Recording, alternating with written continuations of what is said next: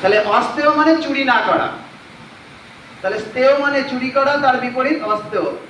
শুধুমাত্র আমি ওই মোবাইলটা পছন্দ হলো কাউকে না বলে উঠিয়ে নিলাম, এটাই চুরি না।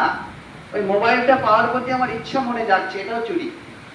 আপনি বাজার দিয়ে যাচ্ছেন, সুন্দর সুন্দর গাড়ি, BMW কোনো গাড়িতে পার্ক করা আছে, আপনি কোনো কিছু দেখছেন, সুন্দর জামা দেখলেন, রাস্তা দিয়ে কোনো সুন্দরীকে দেখলেন, এটাও স্তেয়, এটাও চুরি।